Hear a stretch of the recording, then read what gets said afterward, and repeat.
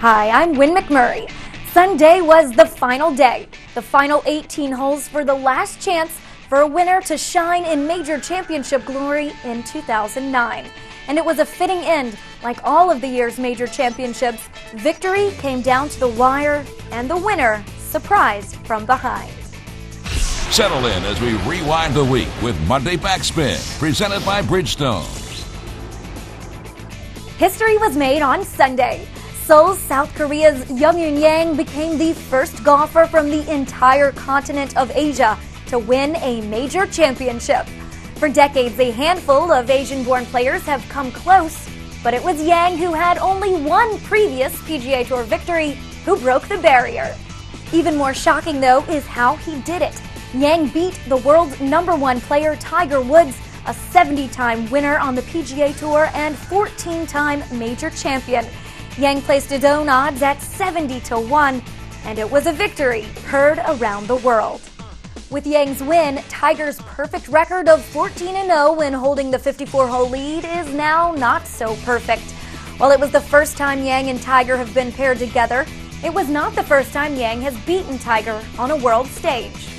At the 2006 HSBC Champions, Yang entered the final round like he did at Hazeltine, playing in the final pairing but not holding the lead. After a spectacular 69 on Sunday, Yang went on to a two-stroke victory over Tiger Woods, who finished second. On Sunday in Chaska, Minnesota, on a day that seemed simply a quest for survival through the whipping winds that tore through Hazeltine, Yang tied the low round of the day with a 70, 5 shots better than Tiger, to win by 3. The 37-year-old South Korean Y.E. Yang, the newest name on the Wanamaker Trophy. Brian Katrick of the PGA Tour Network shares his thoughts on the week at Hazeltine and where the world's #1 player will go from here. So many great things came out of what was a wonderful week at Hazeltine National. Great people on a great golf course here in Minnesota.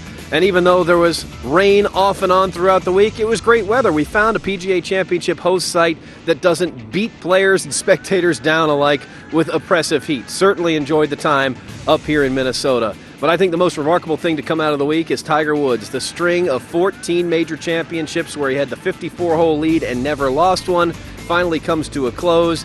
Questions raised by that.